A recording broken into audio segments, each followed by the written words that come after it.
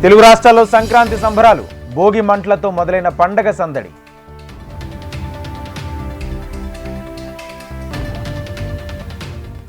నారావారిపల్లెలో సంక్రాంతి సందడి, భోగి సంబరాల్లో పాల్గొన్న సీఎం చంద్రబాబు.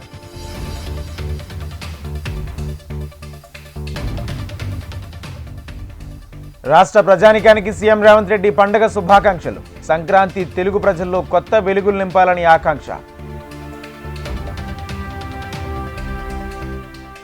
రాయలసీమ పల్లెల్లో సంక్రాంతి సందడి, రాయచోట్లో బండులాగుడు పోటీలను ప్రారంభించిన మంత్రి రాంప్రసాద్ రెడ్డి.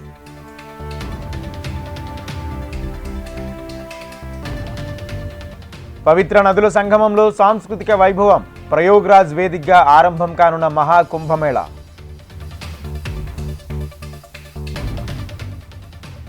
హైదరాబాద్లో నేటి నుంచి 3 రోజుల పాటు కైట్ ఫెస్టివల్, రాష్ట్ర పర్యాటక శాఖ ఆధ్వర్యంలో ఏర్పాట్లు.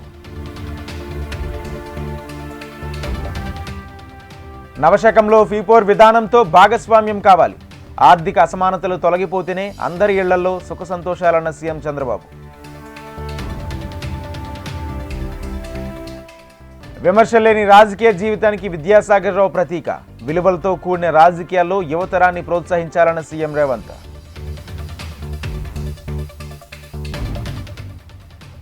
జనవరి 17 నుంచి 23 వరకు సీఎం ఫారెన్ టూర్, దావోస్లో వరల్డ్ ఎకనామిక్ ఫోరంలో పాల్గొనున్న ముఖ్యమంత్రి.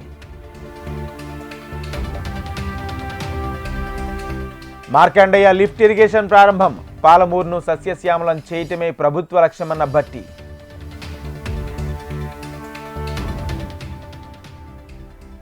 తెలంగాణలో రైతు భరోసా మార్గదర్శకాల విడుదల, సాగు యోగ్యమైన భూములకు వర్తించనున్న పథకం.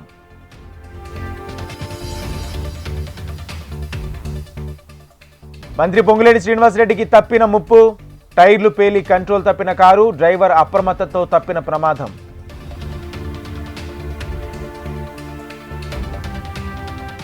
నాగర్ కర్నూలు మాజీ ఎంపీ కన్నుమూత, కిడ్నీ సంబంధిత వ్యాధితో మరణించిన మందా జగన్నాథం. కరీంనగర్ కలెక్టరేట్లో కౌశిక్ రెడ్డి వర్సెస్ సంజయ్, పార్టీ ఫిరాయింపుల అంశంపై ఘర్షణ.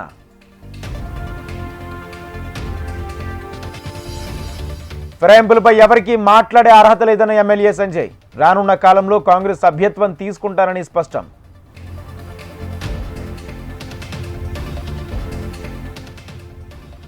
స్పాడెక్స్లో ఇస్రో మరో ముందడుగు, 2 ఉపగ్రహాలను సమీపానికి తీసుకువచ్చిన శాస్త్రవేత్తలు.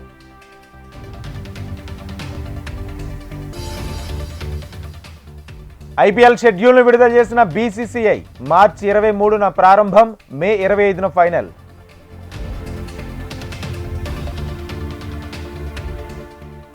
ఐర్లాండ్తో ట్రై వన్డే సిరీస్ భారత్ సొంతం, 116 పరుగుల భారీ తేడాతో ఇండియన్ ఉమెన్ విజయం.